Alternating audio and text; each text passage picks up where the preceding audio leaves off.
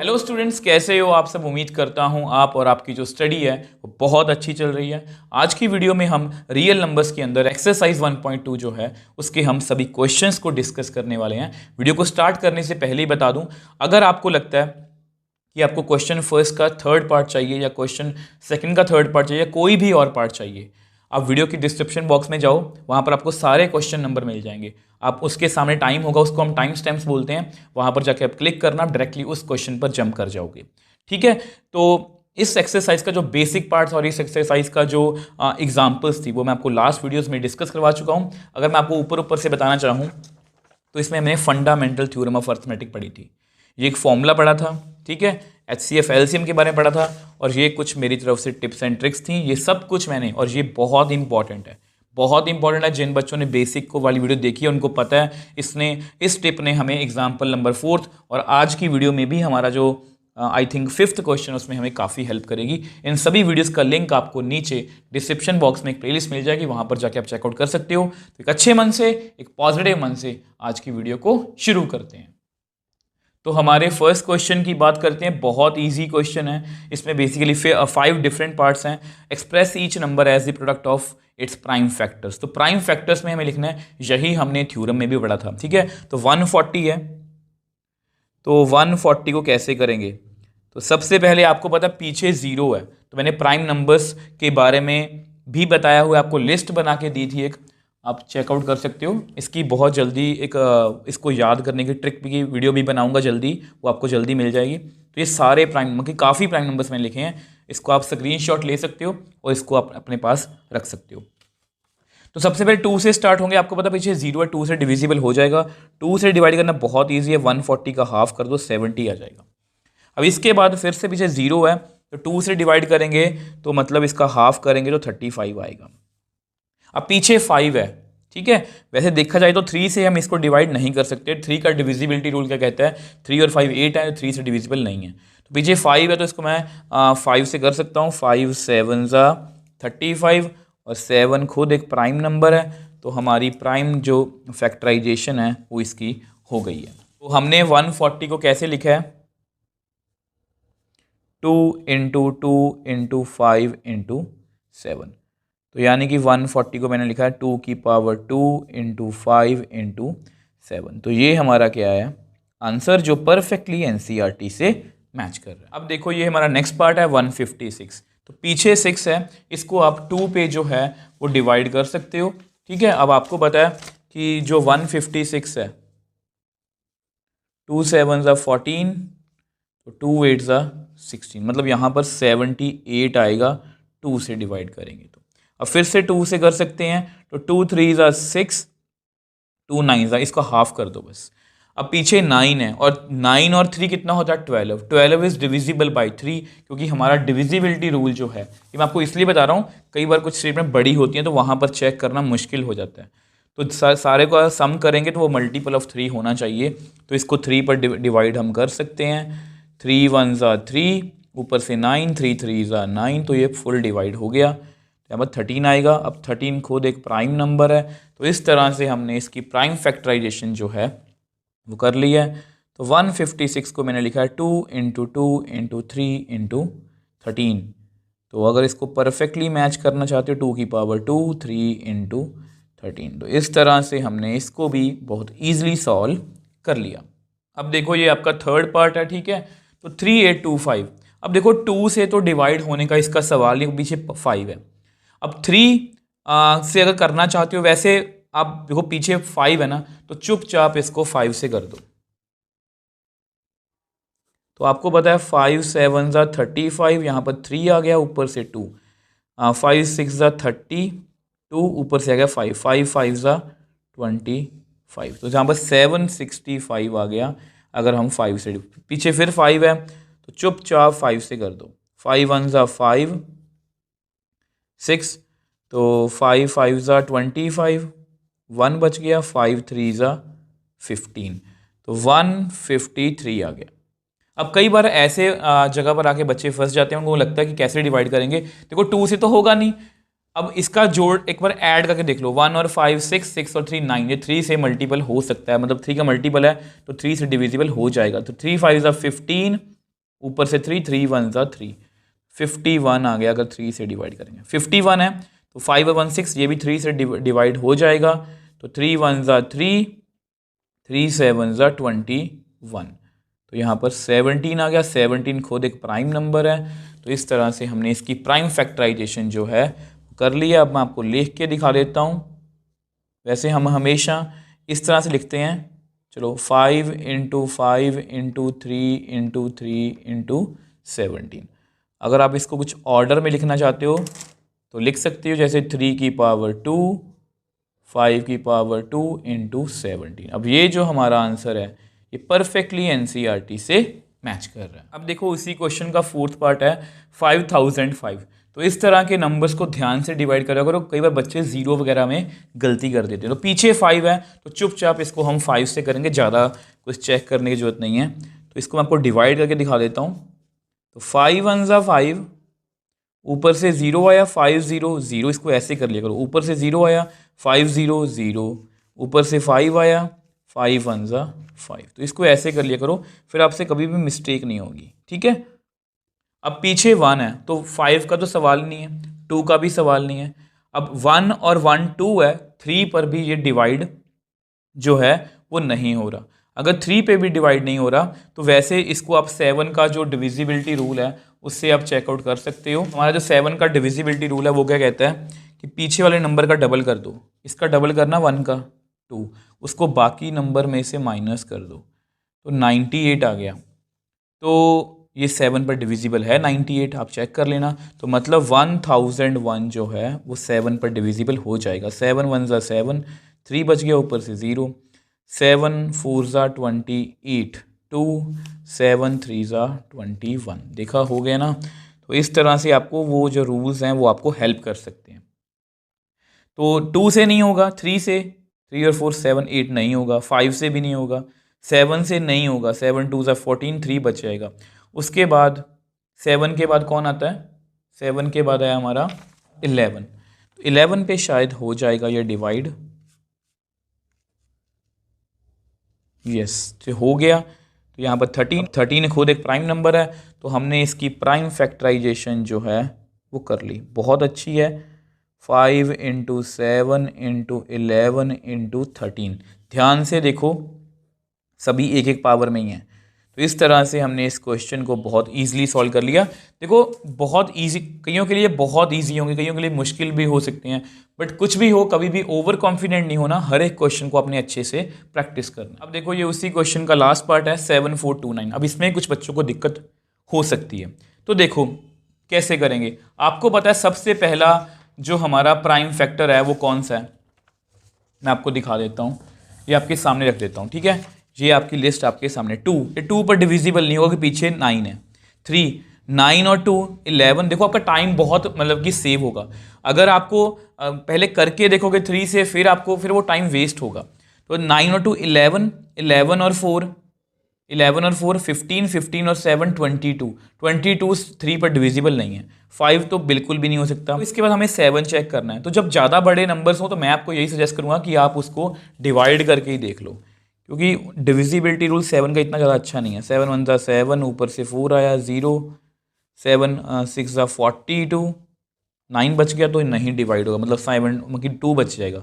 उसके बाद 11, ठीक है। अब 11 पर डिवाइड करके अगर देखें इसको, तो देखो मुझे बीइंग अ टीचर पता है कि इसको हमें किससे डिवाइड करना, बट मैं आपके लिए करके दिखा रहा हूँ कि आपका थॉट प्रोसेस क्या होना चाहिए जब आप पेपर में करोगे। तो 11 6 66, तो यहाँ पर आएगा 8, तो यहाँ पर आया 77, 5 बच गया तो ये नहीं होगा। 13 पे करके देख लो, 13 2 ज़ा 26, 13 3 ज़ा 39, 13 4 ज़ा 52, 13 5 ज़ा 65, तो यहाँ पर 9 आ गया 9, 13 7 ज़ा 91, तो ये 13 पर भी नहीं जा रहा। ओके, तो 17 की बात करते हैं। तो 17 1 ज़ा 17, तो 17 4 ज़ा 68 होता है, तो यहाँ से गया तो कितना आएगा 6, ठीक है, और 17 3 ज़ा 51, 1 और 1, और 17 9 ज़ा, नहीं पीछे 9 चाहिए ना, 17 7, यस, ये 437 आ गया यहाँ पर। अगर इसको मैं 17 से डिवाइड करूँगा तो देख लो कितनी हमारी एफर्ट्स लग गई हैं। अब देखो जैसा कि 437 आ गया, ठीक है, तो आपने क्या करना है, अब आपको पता है कि पीछे नंबर्स में डिवाइड नहीं हो रहा, तो कोशिश करो कि 17 या 17 से आगे चलने की। अब 17 1 ज़ा, आपको पता है 17 2 ज़ा कितना हो, 34, तो यहाँ पर कितना आएगा 9, 97 बच गया ना। 17 के टेबल पे 6 ज़ा कितना होता है 102, 17 5 ज़ा 85, तो ये नहीं डिवाइड हो रहा। अब 437 डिवाइड नहीं हो रहा, तो 17 से आगे 19 पे चले जाओ। 19 2 ज़ा 38, 5 बच गया, 19 3 ज़ा 57, तो यहाँ पर ये डिवाइड हो गया, तो 23 आ गया, यहाँ पर 19 है, ठीक है। अब 23 जो है वो खुद एक प्राइम नंबर है, तो जैसा कि मैंने आपको बताया था कि ये क्वेश्चन आपको सॉल्व करने में थोड़ा सा दिक्कत लगेगी, क्योंकि बहुत आगे जाके हमें नंबर्स मिले। मैं आपको एक बार दोबारा से बता देता हूँ, देखो जब भी ऐसा क्वेश्चन आएगा आपने क्या करना है, देखो शुरू में तो डिविजिबिलिटी रूल है हमारे पास, 11 तक हम नॉर्मली चेक कर लेते हैं, उसके बाद 13 पर मैंने चेक करना शुरू किया, 17 पर हमारा आंसर आ गया। तो यहाँ से हमें नई बात क्या सीखी कि अगर वो 17 से पहली बार डिवाइड हुआ है तो कोशिश करो उसको 17 या उसके अगले नंबर्स पर, ठीक है। तो इस तरह से हमने इस क्वेश्चन को भी बहुत ईजिली जो है वो सॉल्व कर लिया। सो अब देखो नेक्स्ट क्वेश्चन सेकंड की बात करते हैं। Find LCM and HCF of following pairs of integers and verify that LCM into HCF is equal to product of two numbers. तो एलसीएम और एचसीएफ हमें फाइंड करना है, ठीक है, एंड वेरीफाई करना है ये वाला रिजल्ट। आपको पता है ये वाला रिजल्ट हमने लास्ट वीडियो में किया था, एग्जाम्पल्स वाली वीडियो में, HCF of two numbers into LCM of two numbers is equal to product of two numbers. अब यहाँ पर मैंने एक बात भी लिखी है, this formula is not applicable for 3 positive integers. ये बहुत ही इंपॉर्टेंट है, ये आपको एमसीक्यू में पूछा जा सकता है। तो ये मैंने आपको एग्जाम्पल 8 की हेल्प से समझाया था, तो प्लीज़ इसलिए बोलता हूँ कि एग्जाम्पल्स को कभी मत छोड़ना, और जो बीच में वीडियोज़ के बीच में आपको कुछ बातें बताता हूँ उनका आप ध्यान रखा करो। तो इसके भी 3 डिफरेंट पार्ट्स हैं, तो 26 एंड 91, ठीक है। तो 26 की हम प्राइम फैक्टराइजेशन करने की कोशिश करेंगे। अब पीछे 6 है तो ये 2 से डिविजिबल हो जाएगा, तो यहाँ पर इसका हाफ करेंगे 13 आएगा। अब ये तो बहुत इजी आ गया क्योंकि 13 खुद एक प्राइम नंबर है, तो 13 1 ज़ा 13, तो ये तो हमारा बहुत ईजिली जो है वो सॉल्व हो गया। अब 91 की बात करते हैं।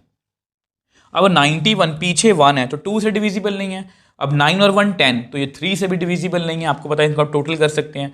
5 से भी डिविजिबल नहीं है। अब इसको हम शायद 7 से, ये हो सकता है बहुत छोटा सा नंबर है, इसको हम चेक कर लेते हैं। तो 91 को अगर हम 7 से करेंगे, 7 1 ज़ा 7, यस 7 3 ज़ा 21, तो ये 7 से डिविजिबल हो गया, यहाँ पर आएगा 13।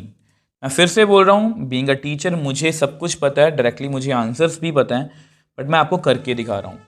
तो 26, अब इसको कैसे लिखेंगे हम, 2 इंटू 13।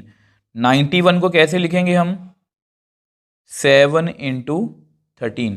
अब मैंने आपको एक तरीका बताया था कि HCF और LCM का, ठीक है, तो वही हम यहाँ पर करेंगे। तो इन दोनों में कॉमन क्या है, 2 में बहुत ईजी होता है, 2 नंबर में बहुत ईजी होता है, तो HCF कितना आएगा 13, बहुत ईजी है। अब सेम वे से LCM की बात करते हैं। तो LCM के लिए मैंने आपको बताया था 2 मेथड है, आपको पता है। इन दोनों में देखो यहाँ पर सबसे बड़ी 13, देखो यहाँ पर आप कैसा कहो, सारे प्राइम फैक्टर लिख लो। 2 की सबसे बड़ी पावर कौन सी है, 2। 7 की सबसे बड़ी पावर कौन सी है, मतलब कि 1 ही, 2 बोल गया मैं, 1 ही है। 7 की सबसे बड़ी पावर भी 1 ही है। 13 की सबसे बड़ी पावर भी 1 ही है। इसको आप ऐसे भी याद रख सकते हो कि 13 कॉमन है, उसको लिख ही लिया, 2 और 7 अकेले के लिए उसको भी लिख लिया। तो इसको अगर हम मल्टीप्लाई करेंगे, 13 7 91 होता है, तो यहाँ पर मेरे हिसाब से आएगा 180 2। तो HCF भी मैंने निकाल लिया, LCM भी मैंने निकाल लिया। अब इसको वेरीफाई भी करना है, अब मैं आपको वो भी करके दिखा देता हूँ। अब आपको पता है हमें वेरीफाई क्या करना है, हमें वेरीफाई करना है LCM into HCF is equal to product of two numbers. ठीक है, अब LCM कितना है 182, HCF कितना है 13, प्रोडक्ट ऑफ टू नंबर्स 26 है और 91 है। तो अगर इनको हम मल्टीप्लाई करेंगे कितना आएगा 2366, यहाँ पर भी कितना आएगा 2366। तो इस तरह से हमने इस रिजल्ट को जो है वो वेरीफाई कर दिया। यहाँ पर आपके नोट्स के लिख भी दिया कि यहाँ पर रिजल्ट जो है वो हमारा वेरीफाई हो चुका है। अब सेम वे से इसके सेकंड पार्ट की बात करते हैं। अब देखो ये आपका नेक्स्ट पार्ट है 510 एंड 92। ठीक है, तो इसमें भी हमें सेम वही प्रोसीजर करना है। अब आपको पता पीछे 0 है तो थोड़ा नंबर भी बड़ा है, तो चुपचाप इसको 5 पे डिविजिबल कर दो।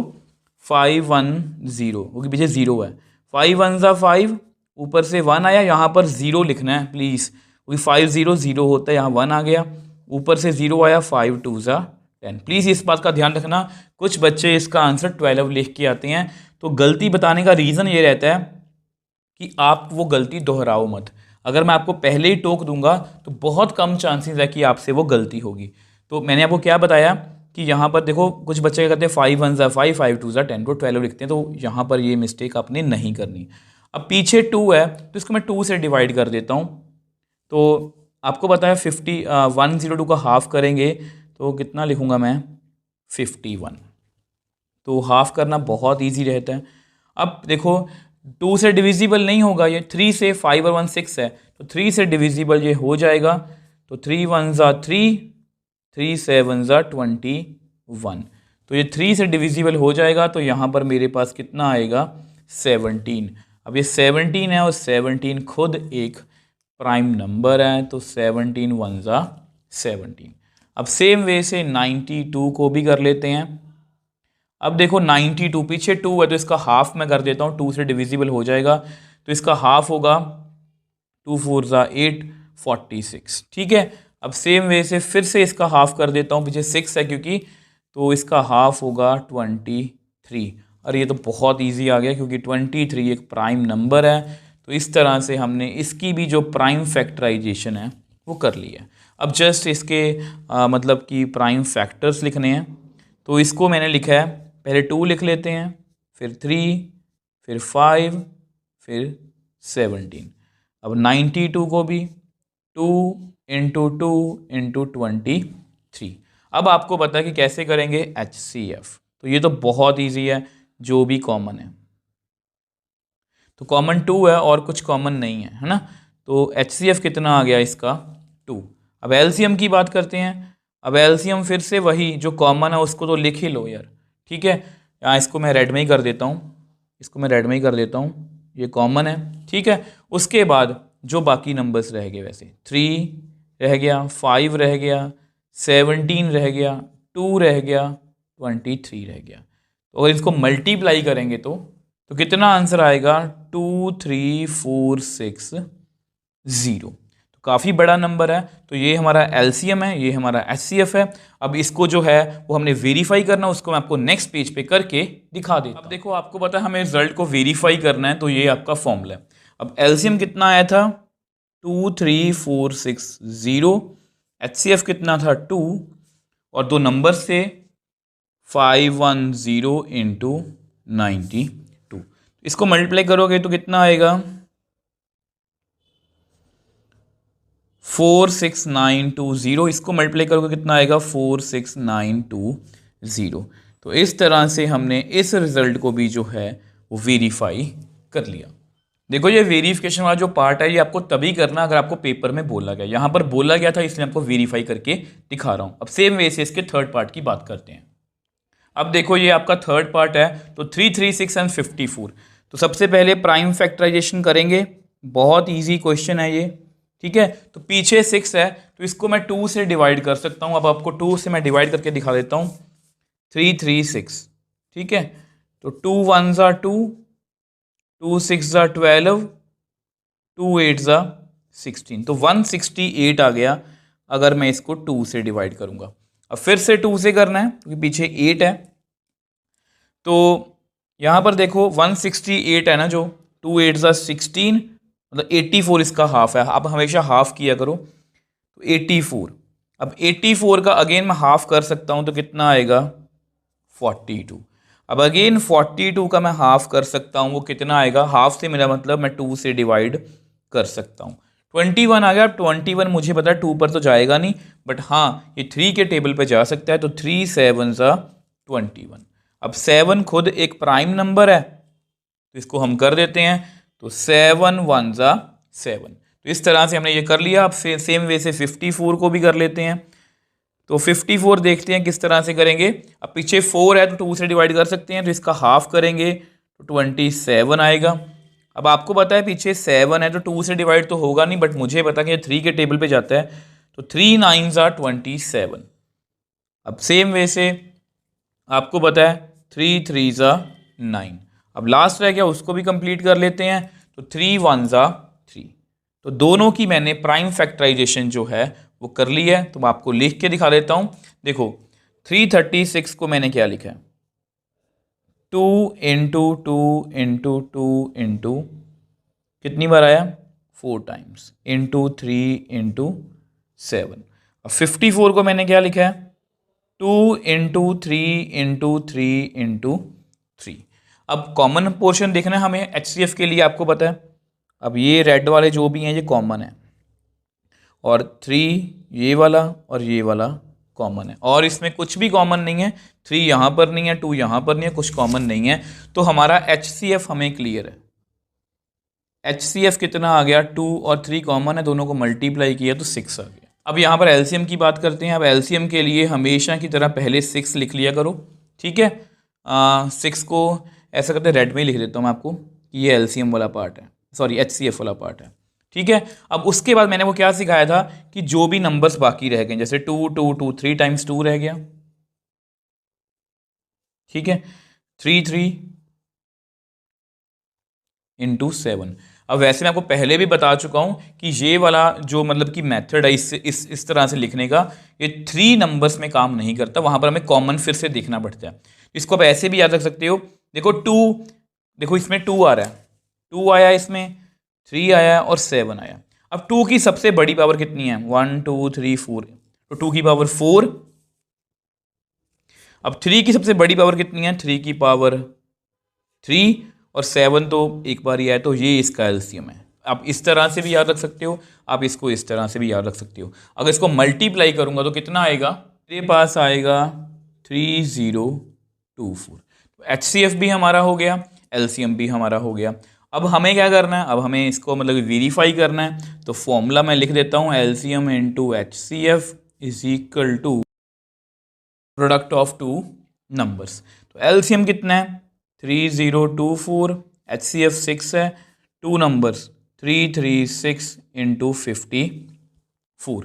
अगर आप इन दोनों को मल्टीप्लाई करोगे तो कितना आएगा 18144। सेम वे से अगर आप 336 को 54 से मल्टीप्लाई करोगे तो सेम आंसर आएगा, आप खुद चेक करना, ठीक है। तो इस तरह से हमने ये भी जो रिजल्ट है ये वेरीफाई कर दिया। देखो ये बहुत इजी क्वेश्चंस है, ये सब कुछ आपको आता है, पहले से आता है, बस छोटी छोटी बातों का आपने ध्यान रखना है कि ये जो फॉर्मूला है ये 2 नंबर्स पर काम करता है, 3 नंबर्स पर काम नहीं करता। LCM के बारे में मैंने कुछ बताया था, तो इन छोटी छोटी बातों का आपने ध्यान रखना है। तो देखो नेक्स्ट क्वेश्चन 3 की बात करते हैं। Find LCM and HCF of the following integers by applying the prime factorisation method. वही हमें प्राइम फैक्टराइजेशन करनी है, और यहाँ पर 3 नंबर्स हैं, और 3 नंबर्स जिन बच्चों ने डायरेक्टली एक्सरसाइज देखी है उनको मुश्किल लग सकता है, बट हम ऐसी सेम एग्जाम्पल कर चुके हैं, एग्जाम्पल नंबर 8। तो इसमें भी सेम वही प्रोसीजर हम फॉलो करेंगे। सबसे पहले 12 को उठा लेते हैं। अब 12 जो है वो 2 के टेबल पे आता है, तो 2 6 ज़ा 12। अब उसके बाद आपको पता है ये 2 पर फिर से डिवाइड हो जाएगा, तो 2 3 ज़ा 6। तो इसको अगर हम 3 से करेंगे तो मेरे पास कितना आंसर आएगा, 3 1 ज़ा 3। अब सेम वे से 15 की बात करते हैं। 15 भी बहुत ईजी है।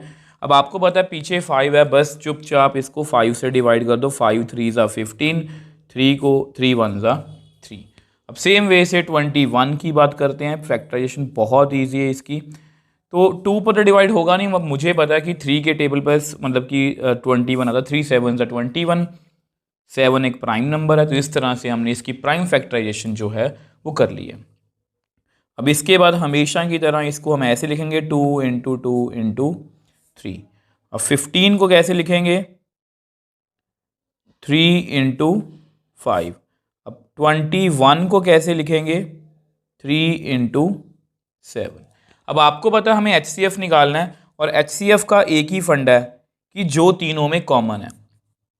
3 मुझे कॉमन लग रहा है, 3 3, 5 दोनों में नहीं है, 7 दोनों में नहीं है, 2 नहीं है, तो इसका HCF मुझे क्लियर है कितना? 3। अब एलसीएम के लिए मैं आपको हमेशा बोलता हूं कि जो भी आपका HCF आया उसको आप लिख सकते हो, ठीक है। तो इसमें आप दोनों मेथड्स को काउंट कर सकते हो। दोनों मेथड मैंने आपको एग्जाम्पल 6 और एग्जाम्पल 8 में बताए थे। अब देखो इसका एक तरीका तो ये है कि देखो यहाँ पर 2 और कॉमन नहीं है, 2 एक बार ही आया क्योंकि 2 बार आ रहा है यहाँ पर, तो दोनों बार लिख लो, किसी और से कॉमन नहीं है ये, ठीक है। अब 5 रह गया, अब 7 रह गया, ठीक है। तो कितना आएगा? 3 2 ज़ा 6, 2 ज़ा 12, 12 5 ज़ा 60, तो कितना आ गया? 420। अब कुछ बच्चों को ये मुश्किल लगता है, देखो इसको आप ऐसे भी कर सकते हो। आपको पता है 12 को मैं लिखूंगा 2 की पावर 2 इंटू 3, 15 को लिखूंगा 3 इंटू 5, 21 को मैं लिखूंगा 3 इंटू 7। तो यहाँ पर 3 की बात हो रही है, ठीक है। 3 की सबसे बड़ी पावर 1 ही है क्योंकि सब में एक बार 3 आया ना। 2 की सबसे बड़ी पावर 2 है, फिर 5 है, फिर 7 है, तो मैंने वही लिखा है। अब जिस तरह से मर्जी कर सकते हो, दोनों ही अपने आंसर जो हैं वो सही आएंगे। अब सेम वे से इसके सेकंड पार्ट की बात करते हैं। अब देखो इसके सेकंड पार्ट की बात करते हैं। अब इससे भी आपको एक नई बात सीखने को मिलेगी। इसकी प्राइम फैक्टराइजेशन बहुत ईजी है, बट इससे आपको एक नई चीज़ सीखने को मिलेगी। तो देखो 17। अब आप सभी को पता है अगर मुझे इसके प्राइम फैक्टर्स करने हैं तो 17, मैंने आपको एक लिस्ट दी थी प्राइम नंबर्स की, 17 खुद एक प्राइम नंबर है। तो 17 1 ज़ा 17, तो ये तो हमारा मतलब कि यहीं पर ख़त्म हो गया। सेम वे से 23 की बात करते हैं। अब आप मेरे को बताओ 23 क्या है? वो भी एक प्राइम नंबर है, तो ये भी किसी और टेबल पे तो जाएगा नहीं। आपको अच्छे से पता है, ये हमने बेसिक वाली वीडियो में सीखा है कि प्राइम नंबर किसी भी और टेबल पे नहीं आते, अपने या 1 पर। 29 भी एक प्राइम नंबर है, तो ये भी ख़त्म हो गया। तो इसकी प्राइम फैक्टराइजेशन जो है वो बहुत इजी है। अब 17 को मैंने लिखा है जस्ट 17, 23 को मैंने लिखा है 23, 29 को मैंने जस्ट लिखा है 29। अब आप मेरे को बता सकते हो कि यहाँ पर जो है वो HCF कितना आएगा। तो यहाँ पर मैं आपको बता दूँ HCF कितना आएगा। अब आप कहोगे सर कुछ कॉमन नहीं है, कुछ बच्चे यहाँ पर आंसर लिखते हैं 0। अगर कुछ भी कॉमन नहीं है तो 0। तो मैं आपको एक बात बताना चाहता हूँ, अगर कुछ भी कॉमन ना हो तो सब में कॉमन 1 तो आएगा ही, ठीक है। तो यहाँ पर मैं आपको रीज़न भी लिख के दे दूंगा कि हमारा जो HCF वैसे 1 क्यों आया है। आपको यहाँ पर एक बार लिख के दिखा देता हूँ। अब देखो ये जस्ट आपके नोट्स के लिए लिखा है, इसको आपको पेपर में लिखने की जरूरत नहीं है। तो मैंने आपको बताया कि अगर कुछ भी कॉमन ना हो तो हम HCF कितना लिखते हैं? 1। अब एलसीएम की बात करते हैं। अब एलसीएम में वो 17 है, इसकी पावर बड़ी से बड़ी 1 ही है, 23 है, 29 है। तो इस तरह से इसका एलसीएम जो है आ जाएगा। इसको मल्टीप्लाई करेंगे तो मेरे पास कितना आंसर आएगा? 11339। तो इस तरह से हमने इसका HCF और एलसीएम दोनों ही कैलकुलेट कर लिया। देखो 17 की सबसे बड़ी पावर 1 है, 23 लिख लिया, 29 लिख लिया। जो भी एक बार नंबर होता है उसको हम लिखते हैं, ठीक है। और जब भी कुछ भी कॉमन ना हो तो HCF कितना आएगा? 1। अब देखो ये आपका उसी क्वेश्चन का थर्ड पार्ट है, ठीक है। तो 8 9 और 25 है, तो 8 से स्टार्ट करते हैं। तो देखो 8 बहुत ईजी है हमारे लिए, क्योंकि आपको पता है ये 2 के टेबल पे जाता है। तो 2 4 ज़ा 8, 2 2 ज़ा 4। तो इसकी प्राइम फैक्टराइजेशन जो है वो हमारे लिए बहुत इजी है, 2 1 ज़ा 2। अब सेम वे से 9 की बात करते हैं। अब 9 की भी जो प्राइम फैक्टराइजेशन है वो बहुत इजी है, 3 3 ज़ा 9, 3 1 ज़ा 3। अब 25 की बात करते हैं। तो 25 की प्राइम फैक्टराइजेशन भी बहुत ईजी है। अब आपको पता है ये 5 पर चला जाएगा क्योंकि पीछे 5 है, तो इस तरह से हमने कर दी। अब आपको पता है 8, तो इसको लिखा मैंने 2 इंटू 2 इंटू 2। अब 9, इसको मैंने लिखा 3 इंटू 3। अब 25, इसको मैंने लिखा 5 इंटू 5। तो फिर से वही बात आ गई जो हमने लास्ट क्वेश्चन में सीखी थी कि इसका जो HCF है, क्योंकि यहाँ पर कुछ भी कॉमन नहीं है, तो HCF कितना आएगा 1। जस्ट मैं आपके नोट्स के लिए एक बार लिख के दिखा देता हूँ। अब देखो मैंने वही लिखा कि कुछ भी कॉमन नहीं, तो इसका HCF कितना आएगा 1। अब LCM की बात करते हैं। अब देखो जो मर्जी मेथड लगा लो, तो चाहो तो इसको देखो 2 2 2 ये लिख लो। अब आपको पता है इसमें 2 है, इसमें 3 है, इसमें 5 है। 2 की सबसे बड़ी पावर 3 है, 3 की सबसे बड़ी पावर 2 है, 5 की सबसे बड़ी पावर 2 है। पावर से मेरा मतलब होता है एक फैक्टराइजेशन में 5 की सबसे बड़ी पावर। तो इनको सबको मल्टीप्लाई करते हैं। 2 2 ज़ा 4, 2 ज़ा 8, 8 9 ज़ा 72। 72 को अगर आप 25 से करोगे तो हमारे पास कितना आएगा 1800। तो इस क्वेश्चन में भी कुछ भी समझने को नहीं था, बट इस तरह के question exam point of view से इंपॉर्टेंट है। कई बार आपको 2 मार्क्स में ऐसे क्वेश्चंस जो हैं वो पूछे जा सकते हैं। अब देखो नेक्स्ट क्वेश्चन 4th की बात करते हैं। बहुत इजी क्वेश्चन है ये। Given that HCF of 306 and 657 is equal to 9, तो LCM हमें फाइंड करना है उन्हीं दोनों नंबर्स का। अब ये जो चीज़ है, ये मैंने आपको बताई थी एग्जाम्पल्स में, तो एग्जाम्पल में हमने की ऐसी एग्जाम्पल भी सॉल्व की थी, एग्जाम्पल नंबर 7। ठीक है, तो ये फॉर्मूला है HCF of 2 numbers, LCM of 2 numbers is equal to product of 2 numbers. और ये भी बात आपने प्लीज़ ध्यान में रखनी है कि ये फॉर्मूला 3 नंबर्स पर काम नहीं करता, ये फॉर्मूला सिर्फ 2 नंबर्स पर काम करता है। आप चेक भी कर सकते हो, आज भी हमने क्वेश्चन नंबर 2 में इसको एप्लीकेबल किया, क्वेश्चन 3 में इसको इम्प्लीमेंट करके देख लेना। तो ये जो है ये मतलब कि कुछ केसेस में तो प्रूव हो जाएगा, कुछ केसेस में ये प्रूव नहीं होगा। तो यानी कि ये फॉर्मूला हम जर्नलाइज नहीं कर सकते कि ये सभी के लिए ट्रू है। तो ऐसे क्वेश्चंस आपको कई बार MCQ में पूछे जा सकते हैं, तो इसलिए आपने इन बातों का ध्यान रखना है। तो सबसे पहले आपको पता है इसका फॉर्मूला। अब फॉर्मूला जो है पहले मैं आपको लिख के दिखा देता हूँ। अब देखो जी ये आपका फॉर्मूला, ठीक है। तो इसको लिखते हैं HCF of 306 and 657, LCM of 306 657 is equal to product of 2 numbers. ठीक है, अब HCF हमें 9 गिवन है, LCM हमें जो है वो फाइंड करना है 306 इंटू 657। जस्ट कैलकुलेशन बेस्ड ही क्वेश्चन है। तो LCM 306 657, 306 इंटू 657 डिवाइड बाय 9। तो ये जो है ये कट हो जाएगा मेरे हिसाब से। 306 जो है वो 9 के टेबल पे आ जाएगा। सॉरी, 9 3 ज़ा 27, 9 4 ज़ा 36। तो इसको ऐसा करते हैं, कट कर देते हैं। तो अगर ये कट होगा तो यहाँ पर कितना आएगा 34। ऐसा करते हैं 34 को 657 से मल्टीप्लाई कर देते हैं, तो हमारे पास कितना आएगा, हमारे पास LCM का जो आंसर है वो आ गया। अगर आप इनको मल्टीप्लाई करोगे तो हमारे पास आएगा 22338। तो इस तरह से हमने इस क्वेश्चन को बहुत ईजिली सॉल्व कर लिया, क्योंकि हमें ये डायरेक्ट फॉर्मूला जो है वो पता था। पेपर में भी अगर ऐसा कोई क्वेश्चन आएगा जहाँ पर हमें HCF गिवन हो, डायरेक्टली कुछ बताया नहीं गया, HCF डायरेक्टली गिवन हो, तो LCM पूछ रहे हों, तो हम इस तरह से कर सकते हैं। या LCM दिया हो, HCF पूछा हो, तो उस मतलब तो भी हम इसी मेथड का जो है, इसी फॉर्मूले का जो है वो यूज़ करके इस क्वेश्चन को सॉल्व कर सकते हैं। सो नेक्स्ट क्वेश्चन 5th की बात करते हैं। अब ये जो क्वेश्चन है, अगर आपने एग्जाम्पल्स वाली वीडियो देखी है तो ये हम पहले ही कर चुके हैं।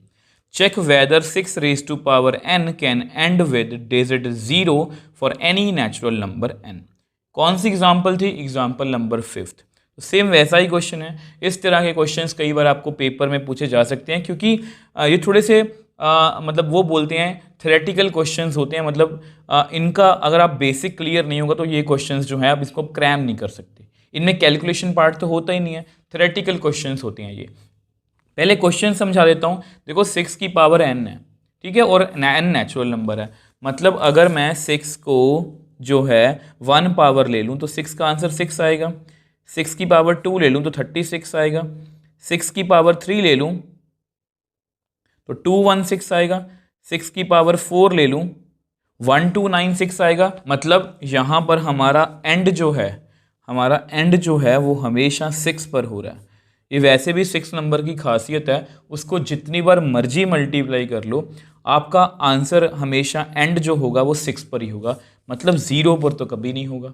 मतलब क्वेश्चन तो हमारा यहीं पर ख़त्म है। ये जस्ट मैंने आपको इसलिए बताया कि मैं आपको क्वेश्चन जो है वो फील करवा पाऊँ कि वो पूछ क्या रहे हैं, कि क्या कभी किसी पावर के लिए इसका आंसर जो है, इसके आंसर में लास्ट पे कभी 0 आएगा, तो वो आपको क्लियर है कि 0 तो नहीं आएगा। लिखना कैसे है, पेपर में कैसे करेंगे। अब आपको याद होगा कि मैंने ना आपको एक चीज़ करवाई थी आपकी बेसिक्स वाली वीडियो में, any number which contain 0 in last digit then उसकी प्राइम फैक्टराइजेशन में 2 और 5 जरूर होंगे। तो ये मैंने आपको बेसिक वाली वीडियो में करवाया था। इसका मतलब क्या है, अगर आप कोई भी नंबर सोच रहे थे 40, इसके प्राइम फैक्टर्स करोगे तो आपको इसमें 2 और 5 मिल जाएंगे। 30 कर लो, इसमें भी आपको 2 और 5 मिल गए। 10 कर लो, मतलब जितने भी डिजिट्स, जितने भी नंबर्स जिनके लास्ट में 0 है, उनकी प्राइम फैक्टराइजेशन में 2 और 5 जरूर होंगे। अब जस्ट मैं आपके नोट्स के लिए आपको लिख के दिखा देता हूँ। अब देखो, ये जस्ट आपके नोट्स के लिखा है कि जो भी नंबर एंड में 0 होगा उसमें 2 और 5 जरूर होंगे। ये आपको पेपर में लिखना पड़ेगा, ये ब्लैक वाला, ये जस्ट आपके समझने के लिए है, ठीक है, कि 30 में 2 और 5 हैं, 20 ले लो उसमें भी 2 और 5 हैं। अब कोई भी नंबर दुनिया का सोच लो जो लास्ट में जिसके 0 है, 2 और 5 जरूर आएंगे, ठीक है। तो आपको पता है ऐसा करते हैं, 6 की ना जो वी नो 6 की प्राइम फैक्टराइजेशन करते हैं, ठीक है। तो 6 की जो प्राइम फैक्टराइजेशन है वो कितनी आएगी, 2 3 6, 3 1 3, ठीक है। Therefore 6 raise to power n है, और इसको मैं लिख सकता हूँ 2 into 3 whole raise to power n। 6 को मैं ऐसे लिख सकता हूँ, n मुझे नहीं पता कितनी पावर होगी। अब आपको पता है 6 एक कंपोजिट नंबर है, और तो 6 रेज टू पावर n भी एक कंपोजिट नंबर होगी। तो we know 6 raise to power n is a, ये मैं आपको इसलिए बता रहा हूँ, सब कुछ लिख के दिखा रहा हूँ क्योंकि आपको लिखना भी पेपर में आना चाहिए। ये कंपोजिट नंबर है and its prime factorisation is 2 into 3 raise to power n, ठीक है। अब आपको पता है अकॉर्डिंग टू मैं आपको दिखाई देता हूं, आपको पता है ये हमारी है फंडामेंटल थ्योरम ऑफ अर्थमेटिक। उसमें हर एक कंपोजिट नंबर को हम प्राइम्स में, प्रोडक्ट ऑफ प्राइम्स में लिख सकते हैं, पर उसकी फैक्टराइजेशन क्या होगी, unique. According to fundamental theorem of arithmetic, this prime factorisation is unique. अब ये जो प्राइम फैक्टराइजेशन होती है यूनिक होती है, मतलब मैं 6 को किसी भी और मतलब की तरह से नहीं लिख सकता, मतलब प्राइम फैक्टर्स में मैं, मतलब प्राइम नंबर्स में मैं नहीं लिख सकता। ऐसा नहीं है कि कोई और तरीके से भी मैं लिख पाऊंगा। और आपको पता है मैं आपको लिख के दिखा देता हूँ, ये आपकी प्राइम फैक्टराइजेशन है, ठीक है। तो मैं आपको लिख देता हूँ 5 इज मिसिंग हेयर। तो 5 जो है यहां पर मिसिंग है। अगर यहां पर 2 के साथ 5 भी होता तो ये पक्का एंड विद 0 होता, ये पक्का एंड विद 0 होता, बट यहाँ 5 मिसिंग है, तो इसलिए इसकी कोई भी पावर के लिए, n की कोई भी वैल्यू के लिए इस नंबर की जो लास्ट डिजिट है वो कभी भी 0 नहीं आएगा। मैं आपको लिख के दिखा देता हूँ। अब देखो मैंने आपको वही लिख के दिखाया है कि ये कभी भी एंड विद 0 नहीं हो सकता क्योंकि यहाँ पर 5 नहीं है। तो देखो इस क्वेश्चन में हुआ क्या, इस क्वेश्चन में मैंने पूछा कि इसका कभी भी एंड 0 से हो सकता है। तो मैंने सिंपल सी बात कही कि बच्चों जब 0 ये कब होगा, जब उसकी प्राइम फैक्टराइजेशन में 2 और 5 होंगे। तो मैंने जब प्राइम फैक्टराइजेशन करके देखी तो वो 2 और 3 आई। और हमारी थ्योरम क्या कहती है कि ये फैक्टराइजेशन जो होती है वो यूनिक होती है, मतलब इसको हम और तरीके से नहीं लिख सकते। तो मतलब यहाँ पर इसका आंसर कभी भी एंड विद 0 नहीं होगा। देखो इस तरह के क्वेश्चन मैं आपको पहले ही बता चुका हूँ, एग्जाम पॉइंट ऑफ व्यू से इंपॉर्टेंट होते हैं और आपके अंडरस्टैंडिंग पॉइंट ऑफ व्यू से भी ये इंपॉर्टेंट होते हैं, क्योंकि बेसिक सीख लेना और उसको क्वेश्चंस में प्रैक्टिस करना, ये बार बार चीज़ें लिखनी, फंडामेंटल थ्योरम, ये सब चीज़ें ना आपका बेसिक क्लियर करती हैं और उसको शार्प करती हैं।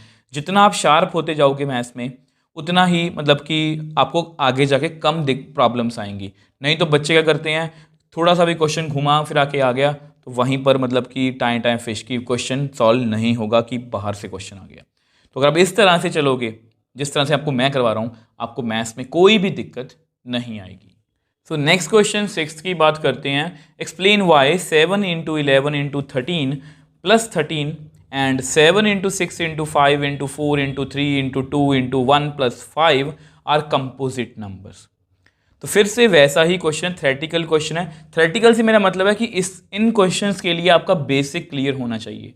कुछ ऐसा नहीं है कि आपने एलसीएम कैलकुलेट करना है, एचसीएफ कैलकुलेट करना है, आपके बेसिक क्लियर चाहिए और वो आपके बेसिक ही क्लियर करना चाहते हैं। तो यहाँ पर देखो हो क्या रहा है।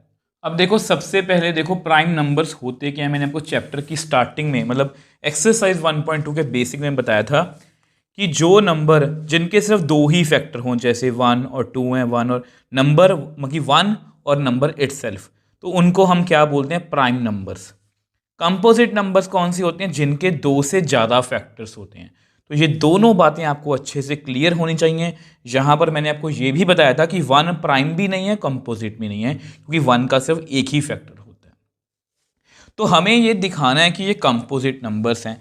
तो हम दिखाएंगे कैसे, तो देखो अगर इसके दो से ज़्यादा फैक्टर्स हुए तो ये कंपोजिट नंबर्स हैं। अब यहाँ पर एक बात आपको और क्लियर करनी है।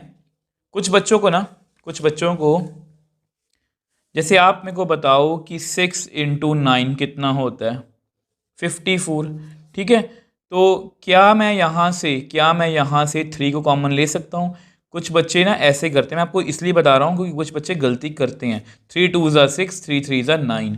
तो ये देखो 3 2 ज़ा 6, इसको 3 से करेंगे तो 18 आएगा, ये गलत है।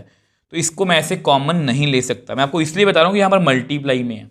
कॉमन हम कब ले सकते हैं, अगर 6 और 9 प्लस में हो। तो अगर कोई भी दोनों प्लस में है तो वहाँ से मैं 3 को कॉमन ले सकता हूँ। अब आप चेक भी कर लो, 3 2 ज़ा 6, 3 3 ज़ा 9, 3 और 2 5, इसको 5 से करेंगे तो 15 आ गया, मतलब ये इक्वल है। तो मतलब प्लस वाली स्टेटमेंट में से मैं कॉमन ले सकता हूँ, मल्टीप्लाई में से मैं कॉमन नहीं ले सकता। कुछ बच्चे ऐसी भी गलतियाँ करते हैं। तो सबसे पहले देखो फर्स्ट नंबर की बात करते हैं। अब जो फर्स्ट नंबर है वो क्या है, 7 इंटू 11 इंटू 13 प्लस 13। तो सबसे सिंपल तरीका तो यही है कि इसको अब सॉल्व कर दो और जो आएगा उसके प्राइम फैक्टर्स बना के देख लो। बट इसको हम थोड़ा सा स्मार्ट वे से कैलकुलेट करने की कोशिश करेंगे ताकि हमें कम से कम कैलकुलेशन करनी पड़े। अब यहाँ पर ये सारे नंबर मल्टीप्लाई में, ये प्लस में है, इन दोनों में 13 है। तो 13 को मैं कॉमन ले सकता हूँ। तो अंदर कितना आएगा, 7 इंटू 11 इंटू 1 प्लस 1। ये बात आई होप आपको क्लियर है। ये तो वैसे ही लिख लिया, ये भी वैसे लिख लिया। 13 को 1 से किया 13 प्लस 13, मैंने दोनों से कॉमन ले लिया। तो अब यहाँ पर कितना आएगा, 77 प्लस 1, यहाँ कितना आएगा 13 इंटू 78। अब वैसे आपको क्लियर है कि इसके फैक्टर्स तो बन रहे हैं, बट फिर भी हम फैक्टर्स जो हैं इसके बना के देख लेते हैं। तो इसको ऐसा करते हैं 78 लिख लो, ठीक है। अब आपको पता है कि इसके पीछे 8 है, तो इसको मैं 2 से डिवाइड कर सकता हूँ। तो इसके 2 3 ज़ा 6, मतलब इसका हाफ कर दो, 39 आएगा। अब पीछे 9 है तो 2 से डिवाइड तो होगा नहीं, 39 जो है वो 3 के टेबल पे आता है। तो मतलब टेबल पे आने से मतलब इसको डिवाइड कर सकता हूँ, 3 1 ज़ा 3, 3 3 ज़ा 9। तो यानी कि कितना आ गया, 13 आ गया मेरे पास, ठीक है। अब 13 खुद एक प्राइम नंबर है, 13 खुद एक प्राइम नंबर है। तो इसको मैं ऐसे लिख सकता हूँ। तो विच एम्प्लाइज 13 इंटू 78 को मैं लिख सकता हूँ 13 into 2 into 3 into 13। So this number, इस नंबर, ये जो नंबर है देखो फैक्टर्स है सारे, ये 2 भी इसका फैक्टर है, जो भी नंबर आएगा 2 भी इसका फैक्टर है, 3 भी इसका फैक्टर है। मैं चाहूँ तो आपको यहाँ पर कैलकुलेट करके दिखा देता हूँ। अब देखो ये जस्ट मैंने आपको लिख के दिखाया। देखो इस क्वेश्चन को आप किसी भी तरीके से कर सकते हो। मैंने आपको लिख के क्या दिखाया है कि इसको मल्टीप्लाई करेंगे तो इतना आएगा, तो इसकी ये प्राइम फैक्टर है, मतलब ये जो नंबर है ये कंपोजिट नंबर है। मैं इतना श्योरली कैसे बोल सकता हूँ, क्योंकि इसके 1 2 3 फैक्टर हैं, मतलब ध्यान से देखो 2 3 और 13 इसके फैक्टर्स हैं। तो कंपोजिट नंबर कौन सा होता है, जिसके मैं आपको अभी अभी बताया, जिसके 2 से ज़्यादा फैक्टर्स होते हैं। जैसे ये 4 एक कंपोजिट नंबर है। तो उसी तरह से यहाँ पर अगर इस नंबर को आप सॉल्व करोगे, आप कैलकुलेटर पर सॉल्व कर देख लेना, उसका आंसर इतना आएगा। और ये नंबर एक कंपोजिट नंबर है क्योंकि इसके 2 से ज़्यादा फैक्टर्स हैं। अब सेम वे से इसके सेकंड पार्ट की बात करते हैं। अब इसका जो सेकंड पार्ट है अगर मैं वो लिखूं तो वो कुछ ऐसा है, ठीक है, काफ़ी बड़ा नंबर है। तो फिर से आप चाहो तो इसको कैलकुलेटर पर कर सकते हो, बट इसको हम स्मार्टली सॉल्व करने की कोशिश करेंगे। ये एक नंबर है प्लस दूसरा नंबर है, इसको हमेशा इस तरह से दिखा करो। ये एक नंबर है प्लस दूसरा नंबर, ये एक नंबर है, इसमें से 5 और इसमें से 5 मैं कॉमन ले सकता हूँ। तो अंदर कितना आएगा 7 इंटू 6 इंटू 1, 5 में से कॉमन गया तो 1 रह गया, 4 इंटू 3 इंटू 2 इंटू 1 प्लस 1। तो यहाँ से मैंने 5 जो है वो कॉमन ले लिया। अब इसको सॉल्व करते हैं। अब आपको पता है 7 6 42 होता है, 4 3 12, 12 2 24 प्लस 1। अब कुछ बच्चे क्या करते हैं, इसको पहले ही ऐड करते हैं। तो यहाँ पर बोर्ड मास का रूल आप याद रखना, एडिशन पहले नहीं कर सकते, पहले हम मल्टीप्लाई करेंगे। तो देखते हैं कितना आता है। अगर आप इनको मल्टीप्लाई करोगे ना तो पता कितना आएगा 108 प्लस 1, तो कितना आ गया 1009। ठीक है, अब देखो हम यहाँ पर आ गए। अब यहाँ पर ना मुझे आपको एक बात समझानी है। आप इसका सोल्यूशन कहीं पर भी देखोगे ना तो वो बोल रहे हैं कि ये 5 है, ये प्राइम नंबर है, तो ये भी एक कंपोजिट नंबर ही हो गया। वो बिल्कुल सही बोल रहे हैं, बट मैं यहाँ पर आपकी बात करने वाला हूँ और मैं ऑनेस्टली बोलूँगा। देखो कोई भी इतने मतलब कि इतनी मतलब 1000 तक के प्राइम नंबर याद नहीं कर सकता। एक्चुअली मुझे भी एग्जैक्टली याद नहीं है कि ये प्राइम नंबर है या नहीं, मतलब ये प्राइम नंबर है बट मुझे ये याद नहीं है कि ये प्राइम नंबर है या नहीं। मतलब इतना बड़ा कि 1000 तक तो मुझे भी याद नहीं है, और ऑब्वियस सी बात है आपको भी याद नहीं होगा। तो अगर इस तरह की सिचुएशन में, यहाँ पर तो आप सोल्यूशन देख लोगे, आप कहीं से भी सोल्यूशन देख सकते हो, बट अगर इस तरह की सिचुएशन आपके सामने पेपर में आ जाए तब आप क्या करोगे। तो आपने क्या करना है, इसको मल्टीप्लाई कर लेना। तो ये नंबर एक बार चेक कर लो वो कितना आएगा।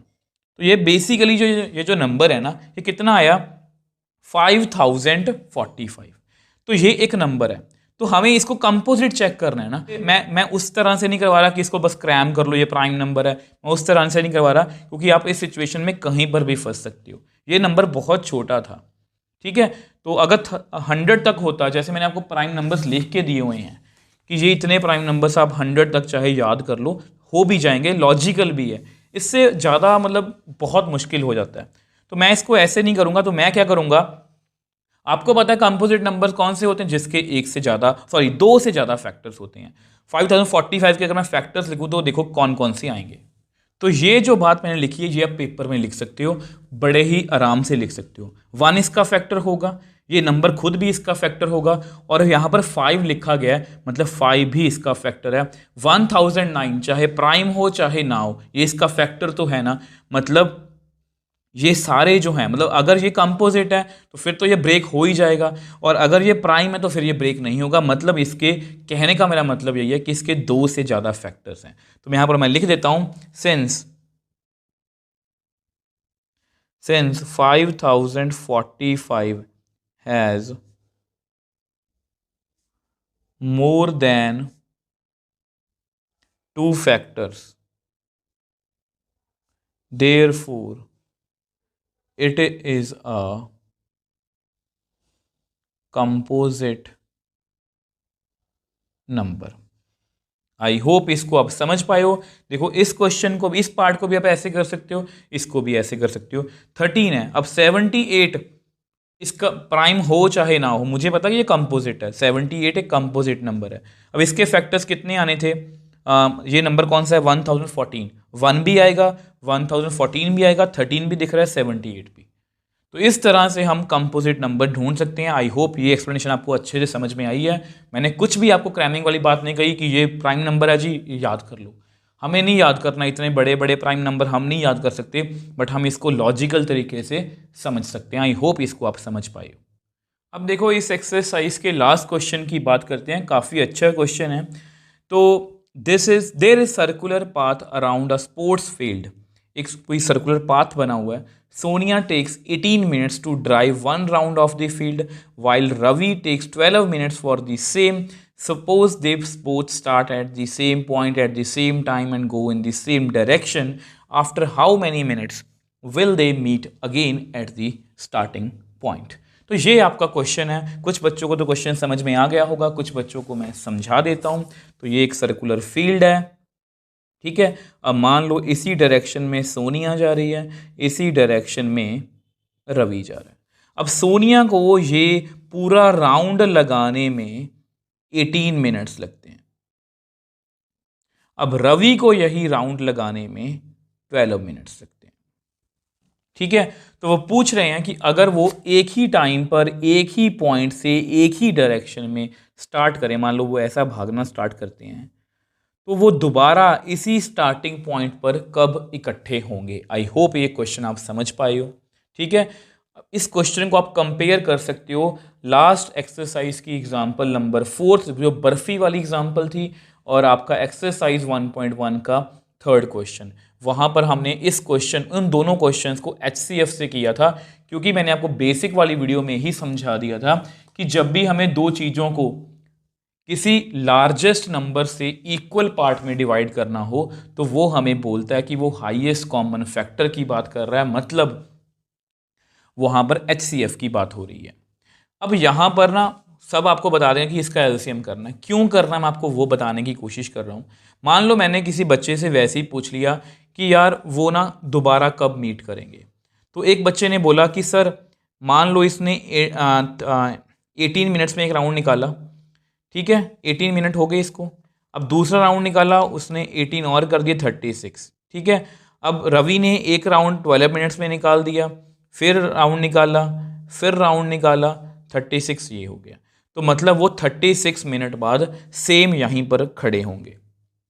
अब मैंने एक और बच्चे से पूछा, उसने मुझे पता क्या कहा, सर 18 और राउंड निकाल लिए मतलब 72, 36 में मैंने इसको ऐड कर दिया तो 72 आ गया। अब इसने भी 3 राउंड और निकाल दिए, 72 यहाँ पर भी आ गया। तो यहाँ पर मतलब कि 72 मिनट्स बाद भी वो मिलेंगे।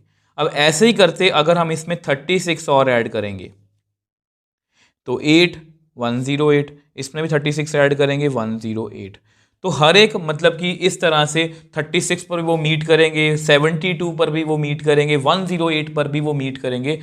तो हर एक थोड़े थोड़े टाइम बाद वो मीट करेंगे आपस में। तो यहाँ पर वो ये तो नहीं पूछ रहे कि कितनी बार वो मीट करेंगे, किस किस टाइम पर मीट करेंगे। उन्होंने ये पूछा कि वो दोबारा कब मिलेंगे, मतलब दोबारा वो यहीं पर मिले हैं। पहली बार वो दोबारा यहीं पर मिले हैं, मतलब 36 पर ही मिले हैं, मतलब ये लोवेस्ट पॉइंट है। 72 से ध्यान से देखो, बेसिकली मैं डिवाइड कर रहा हूँ। 18 36 को डिवाइड कर रहा है, 12 भी डिवाइड कर रहा है। 18 72 को डिवाइड कर रहा है, 12 भी डिवाइड कर रहा है। तो उन्होंने सबसे लोवेस्ट पूछा। आई होप आप क्वेश्चन को फील कर पाए हो, इसलिए हम यहाँ पर एलसीएम का जो है वो यूज़ करेंगे। अब यहाँ पर कुछ फॉर्मेलिटी है, मैं आपको करके दिखा देता हूँ। अब देखो ये सब कुछ आपके नोट्स के लिए लिखा है, क्योंकि आप जब भी नोट्स पढ़ो आपको समझ में आए कि हमें यहाँ पर एलसीएम क्यों करना है। मैंने वही लिखा है कि सोनिया को 18 मिनट्स लगते हैं, रवि को 12 मिनट्स लगते हैं। उन्होंने हमें पूछा है कि वो कितने मिनट बाद दोबारा मिलेंगे स्टार्टिंग पॉइंट पर। अगर स्टार्टिंग पॉइंट पर दोबारा से मिलना है मतलब उनको वो राउंड कंप्लीट भी करने हैं और हमें सबसे छोटा नंबर ढूंढना है। सबसे छोटा नंबर इसलिए बोल रहा हूँ कि मैंने आपको समझाया कि वो बहुत बार मिलेंगे, बट सबसे छोटा नंबर ढूंढना है जो कंप्लीट डिवाइड, मतलब जो कंप्लीटली डिवाइड हो जाए 12 से भी 18 से भी। कंप्लीटली डिवाइड होने से मेरा मतलब यही है कि ऐसा नहीं है कि राउंड बीच में रह जाएगा, वहाँ पर मिलेंगे। उन्होंने स्टार्टिंग पॉइंट पर बोला है। और ये तभी कंप्लीट होगा, मगर ये स्टार्टिंग पॉइंट वो तभी मिलेंगे जब सोनिया के 18 मिनट्स और रवि के 12 मिनट्स कंप्लीट होंगे, मतलब जब वो राउंड कंप्लीट करेंगे। तो राउंड कंप्लीट करने से मतलब यही है कि 12 और 18 से वो डिविजिबल होना चाहिए, मतलब हमें एलसीएम कैलकुलेट करना है। अब मैं नेक्स्ट पेज पे आपको करके दिखा देता हूँ। अब देखो, आपको पता है क्योंकि हमें मतलब कि 12 और 18 का मतलब कि एलसीएम फाइंड करना है, तो प्राइम फैक्टराइजेशन 2 6 ज़ा 12, 2 3 ज़ा 6, 3 1 ज़ा 3, ये बहुत ईजी है। 2 9 ज़ा 18, 3 3 ज़ा 9, 3 1 ज़ा 3। तो इस तरह से हमने इसकी प्राइम फैक्टराइजेशन कर ली है। अब आपको पता है इसको मैं लिख सकता हूँ 2 इंटू 2 इंटू 3, ठीक है। 18 को मैं लिख सकता हूँ 2 इंटू 3 इंटू 3। अब मैं यहाँ पर आपको यही कहूँगा कि दूसरा मेथड ज़्यादा अच्छा है। आप इसको ऐसे लिख लो 2 की पावर 2 इंटू 3 की पावर 1, 2 की पावर 1, 3 की पावर 2। तो एलसीएम हम कैसे कैलकुलेट करेंगे? अब 2 में सबसे बड़ी पावर 2 है, 3 में सबसे बड़ी पावर 2 है, कितना आया 4 इंटू 9 दैट इज 36 मिनट्स, ठीक है। अब आपको वैसे मैंने पहले भी बताया था कि वो 36 मिनट बाद पहली बार मिलेंगे, जस्ट यहाँ पर लिख के दिखा देता हूँ। अब यहाँ मैंने को लिख के दिखा दिया कि 36 मिनट्स बाद वो सोनिया और रवि दोबारा मिलेंगे स्टार्टिंग पॉइंट पर। आई होप इस क्वेश्चन को आप समझ पाए हो। मेनली है कि इस क्वेश्चन को फील कर पाना, सिर्फ सोल्यूशन बता देना कि एलसीएम कैलकुलेट कर लो, और आपको रीज़न भी देना, आपको एक थॉट प्रोसेस भी देना कि आप इस तरह से सोचोगे, इसलिए हमने एलसीएम कैलकुलेट किया है। आई होप इस क्वेश्चन को आप समझ पाए हो। इस वीडियो में जितने भी हमने क्वेश्चंस डिस्कस किए हैं, आई होप सबको आप समझ पाए हो। अगर आपको फिर भी कोई डाउट है, आप मुझे नीचे कमेंट बॉक्स में लिख सकते हो, या मुझे इंस्टाग्राम या टेलीग्राम पर मैसेज भेज सकते हो। मैं आपका हमेशा रिप्लाई करने की कोशिश करता हूँ। और अगर आपको वीडियो थोड़ी सी भी हेल्पफुल लगी है तो इस चैनल को सपोर्ट कीजिए।